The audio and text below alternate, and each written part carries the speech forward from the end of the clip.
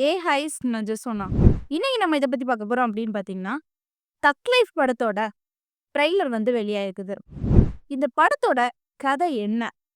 இந்த படத்துல யாரெல்லாம் நடிச்சிருக்காங்க?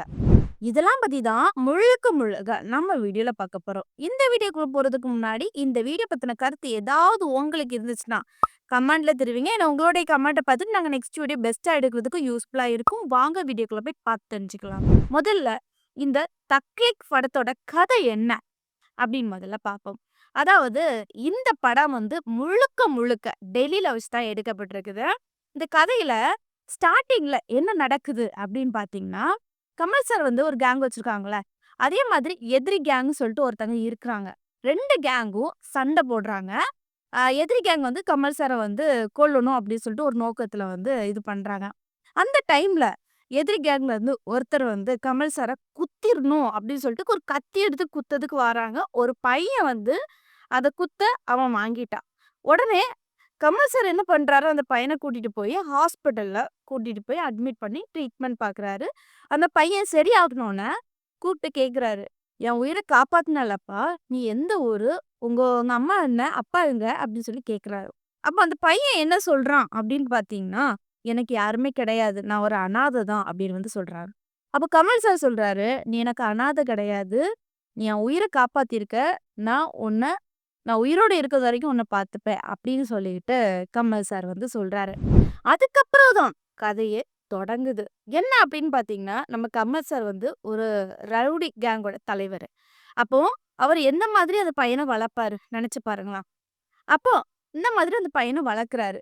அதுக்கப்புறம் என்ன நடக்குது அப்படின்னு பார்த்தீங்கன்னா, சிம்பு, கமல் சாரும் அ சேர்ந்து வந்து என்ன பண்ணுவாங்கன்னா, எல்லாமே அடிதடி, அதுக்கப்புறம் வந்து கடத்தல், இந்த மாதிரி நெறைய விஷயங்கள் பண்ணுவாங்க. சரியா? இந்த மாதிரி நெறைய இருக்கும். சரியா? அப்ப என்ன நடக்குது அப்படின்னு பார்த்தீங்கன்னா, ஒரு டைம்ல நம்ம கமல் சார் இருக்காங்கல்ல, நம்ம சிம்புவ வந்து ஒரு பொறுப்பு குடுப்பாரு. என்ன பண்றாரு அப்படின்னு பார்த்தீங்கன்னா, கமல் சாரோட கேங் எல்லாத்தையுமே கூப்ட்டு, கேங்ல உள்ள எல்லாருமே, எல்லா ரவுடியும் கூப்ட்டு என்ன பண்றாருன்னா, அ நிக்க வச்சுக்கிட்டு, "நான் உள்ள பொறுப்ப நான் பார்த்துப்பேன். வெளிய உள்ள பொறுப்ப அமரன் பார்த்துப்பான்" அப்படின்னு வந்து சொல்லுவாங்க. சரியா? பின்னாடி வந்து நாசரும் இருப்பாரு. நாசரும் அந்த கேங்ல ஒரு ஒரு பொறுப்பாளர் தான் சொல்லணும். சரியா? இந்த மாதிரி இருக்கு. அதுக்கப்புறம் என்ன பண்றாங்க அப்படின்னு பார்த்தீங்கன்னா, நாசர் வராரு. நாசர் வந்து கண்டிப்பா நாசர் வந்தாலே அந்த படம் வந்து ஓரளவுக்கு ஹைலைட்டா இருக்கும். என்ன இந்த படத்துல பண்றாரு அப்படின்னு பார்த்தீங்கன்னா, நாசர் வந்து சிம்புவோட மண்டைய முன்கூட்டியே கழுவி வச்சிருப்பாரு. நம்ம வந்து கமல் சார் வந்து கொல்லணும் அப்படின்னு சொல்லிட்டு நெறைய வித்தியாசமா கழுவி வச்சிருப்பாரு. அதுலயும் ஒரு சீன்ல சொல்லியிருக்காரு. என்ன சொன்னாரு அப்படின்னு பார்த்தீங்கன்னா, அவரு உள்ள பொறுப்ப எல்லாருமே பார்ப்பாராம். அவரு கண்ட்ரோல் பண்ணுவாராம். நம்ம வெளிய போய் எல்லாமே செஞ்சுட்டு வரணுமா அப்படின்னு சொல்லிட்டு, சிம்பு ஒரு விதமா தூண்டி விடுறது மாதிரி. உடனே சிம்பு என்ன பண்றாரு, நாசர் கூட சேர்றாரு. அப்போ சிம்புவும் நாசரும் சேர்ந்து கமலஹாசன வந்து அட்டாக் பண்ணி கொன்றுணும். இந்த பொறுப்ப நம்ம எடுத்துறணும் அப்படின்னு சொல்லிட்டு ஒரு குறிக்கோளா வச்சிருக்காங்க. சரியா? அதுக்கப்புறம் என்ன பண்றாங்கன்னா, கமலஹாசன கொல்றதுக்கு எல்லா திட்டத்தையும் ரெடி பண்றாங்க. அதுக்கப்புறம் கமலஹாசன் வந்து அவங்களுடைய ஒய்ஃப் கூட இருக்குறாங்க. அப்போ கமலஹாசன் கிட்ட ஒய்ஃப் அவங்க சொல்றாங்க, "நீங்க போவாதீங்க. எனக்கு இது சரிப்பட்டு வரல. எனக்கு ஒரு மாரி இருக்கு" அப்படின்னு வந்து சொல்றாங்க. உடனே கமல் சார் சொல்றாரு, "நான் போய் தான் ஆகணும்" அப்படின்னு வந்து சொல்றாரு. அதே மாரி கமல் சார் வெளிய வராரு. அதே சிம்பு, நாசரும் என்ன பண்றாங்கன்னா, கமல் சார வந்து கொல்றதுக்கு எல்லாமே பண்றாங்க. கமல் சார கொன்னுட்டாங்க. அப்ப என்ன பண்றாங்கன்னா, கமல் சார் செத்துட்டாரு. இந்த பொறுப்ப நம்ம தான் எடுத்துக்கணும்னு சொல்லிட்டு சிம்பு வந்து டைரக்ட்டா இனி எல்லாமே நான் தான். தலைவர்லேருந்து எல்லாம் நான் தான் அப்படி சொல்லிட்டு அவங்க கேங் எல்லாம் கூப்பிட்டு வச்சு கண்ட்ரோல் பண்ணிட்டு வருவாரு. சரியா? ஆனா, தான் பெரிய ட்விஸ்ட். என்ன அப்படின்னு பார்த்தீங்கன்னா, கமல் சார் வந்து இறந்திருப்பாங்க அப்படின்னு வந்து நெனச்சாங்கல்ல. ஆனா, கமல் சார் இறந்திருக்க மாட்டாரு. என்ன பண்ணுவாரு அப்படின்னு பார்த்தீங்கன்னா, நம்ம கொல்ல சொன்னது யாரு?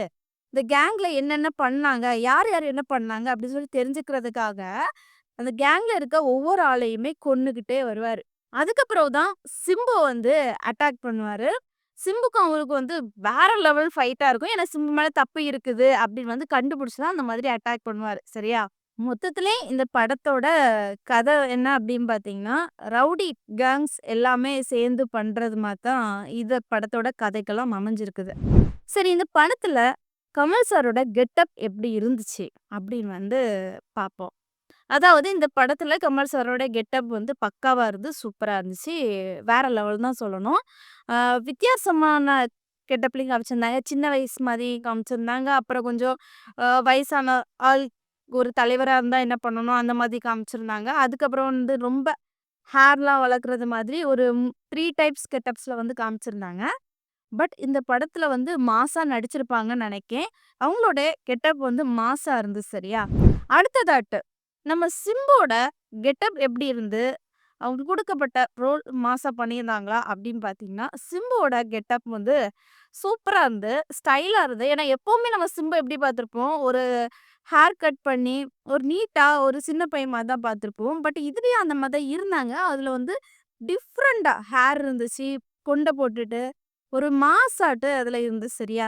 அ அதுலயும் அவங்களுக்கு குடுக்கப்பட்ட ரோல் வந்து சூப்பரா பண்ணியிருந்தாங்க. வேற லெவல்ல பங்கம் பண்ணியிருந்தாங்க சிம்பு கேரக்டர்.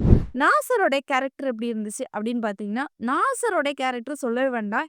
ஓரளவுக்கு கிட்டத்தட்ட 20 வருஷ காலமா நெறைய படங்கள்ல வில்லன் கேரக்டர் அவங்க தான் சூட் ஆயிட்டு வராங்க.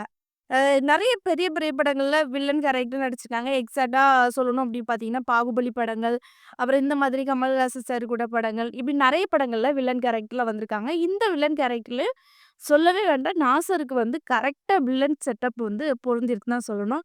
எப்படி சிம்புவோட மண்டைய கழுவுறது, இந்த மாதிரியான நெறைய விஷயங்கள் பண்ணியிருந்தாரு. சூப்பரா இருந்துச்சு. சரி, அடுத்ததாட்டு திரிஷா இந்த படத்துல வந்திருந்தாங்க. இவங்களுடைய ரோல் எப்படி இருந்துச்சு அப்படின்னு பார்த்தீங்கன்னா, இவங்களுக்கு ஆக்டிங் வந்து ட்ரெய்லர்ல ரொம்ப சீன்ஸ்ல காட்டல. ஓரளவுக்கு 1, 2 சீன்ஸ்ல மட்டும் தான் காமிச்சிருந்தாங்க. பட் என்னன்னா, கமல் சார் கூட சேர்ந்து பேசுறது மாதிரி, இந்த மாதிரி கொஞ்சம் காமிச்சிருந்தாங்க. சிம்பு கூட பேசுனது மாதிரியே காட்டல. பட் இதுல யாருக்கு ஜோடி அப்படின்னு வந்து இன்னும் தெளிவா தெரியல. இந்த படம் இறங்குனதுக்கு அப்புறம் தான் திரிஷா என்ன ரோல், யாருக்கு ஜோடி அப்படின்னு சொல்லிட்டு தெளிவா தெரிய வரும். என்னுடைய கருத்து என்ன அப்படின்னு பார்த்தீங்கன்னா, இந்த தக்லைஃப் படத்தோட ட்ரெய்லர் எப்படி இருந்துச்சு அப்படின்னு பார்த்தீங்கன்னா, இந்த படத்த பார்க்கும்போது முழுக்க முழுக்க ஆக்ஷன் சீன்ஸ் மட்டும் தான் இருந்துச்சு. ஓரளவுக்கு மட்டும் தான் இந்த ஃபீலிங்ஸ், ரொமான்ஸ் அந்த மாதிரி இருந்துச்சு சரியா? இது எந்த அளவுக்கு ஹிட் கொடுக்கும் அப்படின்னு பார்த்தீங்கன்னா, என்ன பொறுத்தளவுக்கு ஓரளவுக்கு ஹிட் குடுக்கும்னு தான் சொல்லுவேன். ஆனா, நம்மள பொறுத்தவரைக்கும் தியேட்டர்ல போய் பார்த்தா தான் தெரியும். ரொம்ப ஹிட் குடுக்குமா? குடுக்காதான்ட்டு. இந்த படம் வந்து எப்போ ரிலீஸ் ஆகுது அப்படின்னு பார்த்தீங்கன்னா, வருகிற ஜூன் 5ஆம் தேதி ரிலீஸ் ஆகுது. இந்த வீடியோ பார்க்குற நீங்க, இந்த தக்லைஃப் படத்தோட ட்ரெய்லர இதுக்கு முன்னாடி பார்த்துருந்தீங்க அப்படின்னா, அந்த ட்ரெய்லர் எப்படி இருந்துச்சுன்னு கமெண்ட்ல தெரிவிங்க. இந்த வீடியோ உங்களுக்கு புடிச்சிருந்ததுன்னா, like and comment and subscribe பண்ணுங்க. நெக்ஸ்ட் வீடியோல சந்திக்கிறேன். பாய்.